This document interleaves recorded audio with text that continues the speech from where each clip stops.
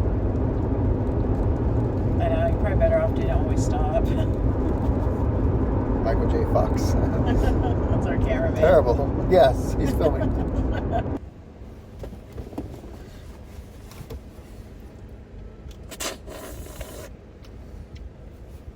These are vanilla.